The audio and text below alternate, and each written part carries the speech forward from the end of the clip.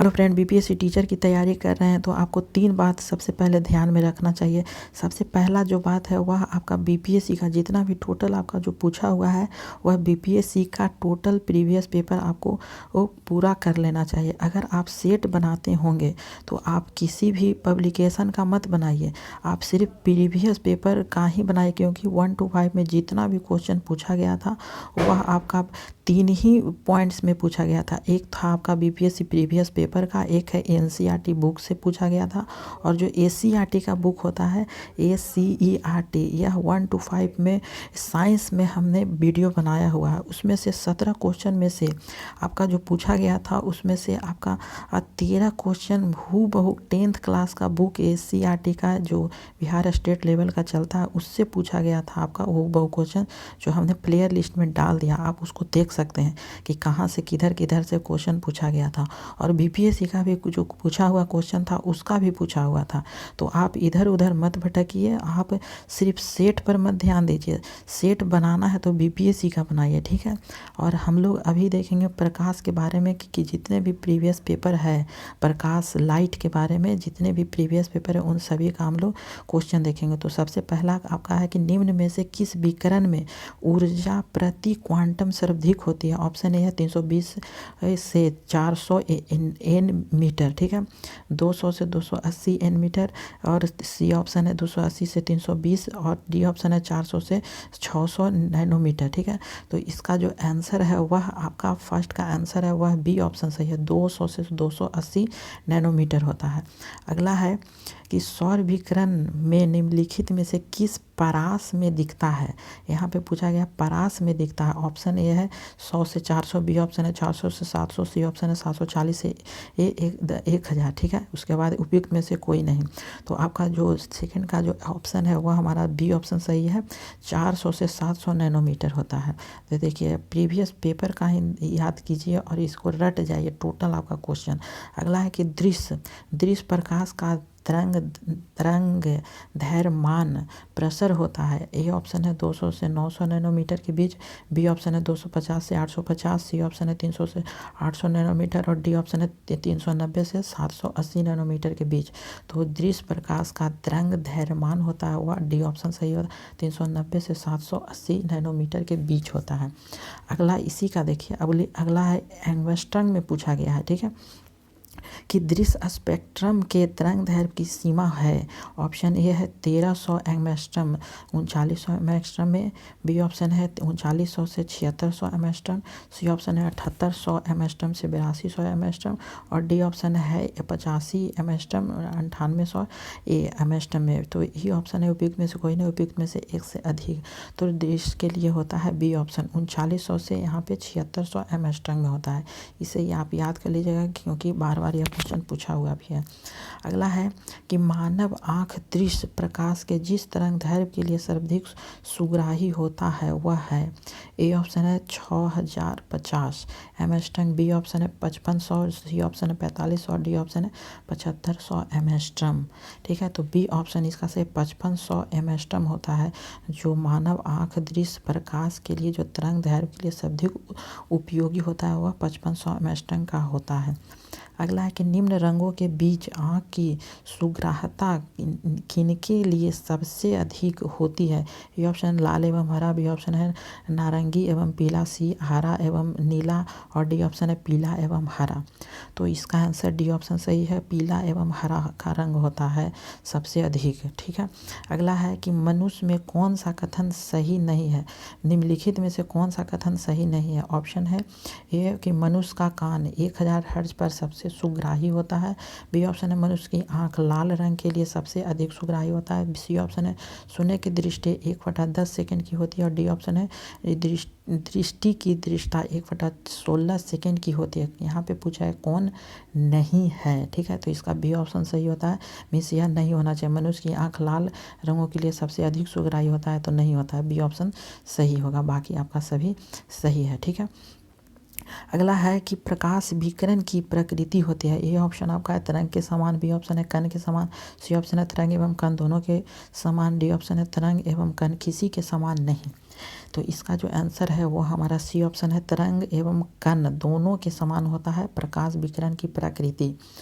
अगला है कि प्रकाश सीधी रेखा में चलता प्रतीत होता है क्योंकि यह छोटे कणों से बना होता है। बी ऑप्शन है प्रकाश के वेग बहुत अधिक होते हैं। सी ऑप्शन है प्रकाश का तरंग दैर्घ्य बहुत छोटा होता है। डी ऑप्शन है प्रकाश अपने चारों ओर से परावर्तित होता है। तो इसका जो आंसर है वह हमारा सी ऑप्शन सही है। प्रकाश का तरंग दैर्घ्य बहुत छोटा होने के कारण प्रकाश सीधी रेखा में चलता हुआ प्रतीत नजर आता है। अगला है कि निम्नलिखित में से कौन सा कथन सत्य है। ए ऑप्शन है प्रकाश का वेग अधिक होता है। बी ऑप्शन है ध्वनि का वेग सबसे अधिक होता है। सी ऑप्शन है आकाशीय पिंडों का वेग सबसे अधिक होता है। डी ऑप्शन है रॉकेट का वेग सबसे अधिक होता है। तो इसका ए ऑप्शन से प्रकाश का वेग बहुत ही अधिक होता है, यह कथन सत्य है। बाकी तीनों ऑप्शन कथन गलत है।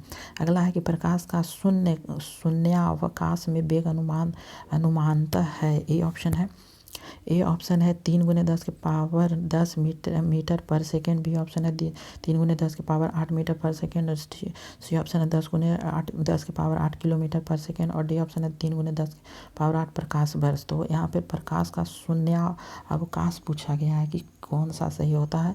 तो बी ऑप्शन सही है 3 × 10 के पावर 8 मीटर पर सेकेंड। यह होता है प्रकाश की गति कितना होता है। ए ऑप्शन है 9 × 10 के पावर 12 मीटर पर सेकेंड। बी ऑप्शन है 3 × 10 के पावर 11 मीटर पर सेकेंड। सी ऑप्शन है 3 × 10 के पावर मीटर पर सेकेंड। और डी ऑप्शन है 2 × 10 के पावर 4 मीटर पर सेकेंड। तो इसका जो ऑप्शन है वह हमारा सी ऑप्शन सही है 3 × 10 के पावर 8 मीटर पर सेकेंड। अगला है प्रकाश का वेग अधिकतम होता है किसमें होता है। ए ऑप्शन है हीरे में होता है। बी ऑप्शन है पानी में होता है। सी निर्वात में होता है। डी हाइड्रोजन में होता है। तो प्रकाश का वेग सबसे अधिकतम वह होता है वह सी ऑप्शन सही है निर्वात में आपका सबसे ज़्यादा होता है। अगला क्वेश्चन है कि प्रकाश की गति अधिकतम होती है। प्रकाश की गति अधिकतम किसमें होती है। ए ऑप्शन है वायु में। बी ऑप्शन है जल में। सी ऑप्शन है निर्वात में। और डी ऑप्शन इनमें से कोई नहीं। तो इसका जो आंसर है वह सी ऑप्शन है निर्वात में बहुत ही प्रकाश की गति अधिकतम होती है। अगला है कि प्रकाश की गति किसके बीच से जाते हुए न्यूनतम होता है। तो यह ऑप्शन है कांच है। बी ऑप्शन है निर्वात है। सी ऑप्शन है जल है। और डी ऑप्शन वायु है। तो यह आपका ए ऑप्शन सही होता है कि प्रकाश की गति किसके बीच बहुत न्यूनतम होती है। तो कांच के बीच बहुत ही न्यूनतम होती है। अगला है कि सूर्य के प्रकाश को धरती की सतह पर पहुंचने में लगने वाला समय लगभग कितना होता है। ए ऑप्शन है 4.2 सेकेंड। बी ऑप्शन है 4.8 सेकेंड। सी ऑप्शन है 8.5 सेकेंड। आपका डी ऑप्शन है 3.6 घंटे। तो इसका जो आंसर है वह सी ऑप्शन से 8.5 मिनट होता है। अगला क्वेश्चन है कि सूर्य से पृथ्वी तक प्रकाश के पहुंचने में लगभग कितना समय लगता है। ए ऑप्शन है 2 मिनट। बी ऑप्शन है 4 मिनट। सी ऑप्शन है 8 मिनट। और डी ऑप्शन है 16 मिनट। ठीक है, तो इसका जो आंसर है वह सी ऑप्शन से 8 मिनट का समय लगता है। सूर्य से पृथ्वी तक प्रकाश पहुंचने में लगभग समय लगता है। अगला है कि निम्नलिखित में से किसका वेग अधिकतम होता है। ए ऑप्शन है कॉस्मिक किरण। बी ऑप्शन है प्रकाश। सी ऑप्शन है इलेक्ट्रॉन। और डी ऑप्शन है पराध्वनिक तरंगें। तो इसका जो आंसर है वह हमारा सी ऑप्शन सही होगा। आपका जो यह है वह आपका बी ऑप्शन सही है पराध्वनिक तरंगे। ठीक है, 20 का आपका आंसर डी ऑप्शन सही है। अगला है कि जब प्रकाश एक माध्यम से दूसरे माध्यम में जाता है तो निम्न में से कौन सा नहीं बदलता है। ए ऑप्शन है वेग या गति। बी ऑप्शन तरंग दैर्घ्य। सी ऑप्शन है आवृत्ति। और डी ऑप्शन है अपवर्तनांक। और ये ऑप्शन है उपयुक्त में से कोई ना उपयुक्त में से एक से अधिक। यह क्वेश्चन हो सकता है पूछ सकता है। तो यह आवृत्ति चेंज नहीं होती है। ठीक है, जब प्रकाश एक माध्यम से दूसरे माध्यम में जाता है तो यह आवृत्ति चेंज नहीं होती है। ठीक है, अगला है कि प्रकाश तरंग के वायु से कांच में जाने पर जो चर प्रभावित होते हैं वे हैं। ये ऑप्शन है तरंग दैर्घ्य, आवृत्ति और वेग। बी ऑप्शन है वेग और आवृत्ति। और सी ऑप्शन है तरंग दैर्घ्य और आवृत्ति। और डी ऑप्शन है तरंग दैर्घ्य और वेग। तो यह डी ऑप्शन सही है तरंग दैर्घ्य और वेग। यह आपका है जो प्रकाश तरंग के वायु से कांच में जाने पर, वायु से जब कांच में जाता है तो तरंग दैर्घ्य और वेग दोनों यह चर प्रभावित होते हैं। अगला है कि जब प्रकाश एक माध्यम से दूसरे माध्यम में जाता है तो निम्न में से कौन सा एक अपरिवर्तित रहता है। ए ऑप्शन है तीव्रता। बी ऑप्शन है वेग। और सी ऑप्शन तरंग दैर्घ्य। और डी ऑप्शन है आपका आवृत्ति। ठीक है, तो इसका ऑप्शन डी ऑप्शन सही होगा आवृत्ति। जब एक माध्यम से दूसरे माध्यम में जाता है प्रकाश, ठीक है, तब वह एक अपरिवर्तित रहता है, वह है आवृत्ति होता है। अगला है कि जब प्रकाश की किरण सघन माध्यम से विरल माध्यम में गमन करती है, ठीक है, तो करती है। तो ए ऑप्शन है आपका, इसकी चाल बढ़ जाती है तथा यह अविलंब से दूर हट जाती है। बी ऑप्शन है, इसकी चाल बढ़ जाती है तथा यह अविलंब की ओर झुक जाती है। सी ऑप्शन है, इसकी चाल घट जाती है, यह अविलंब से दूर हट जाती है।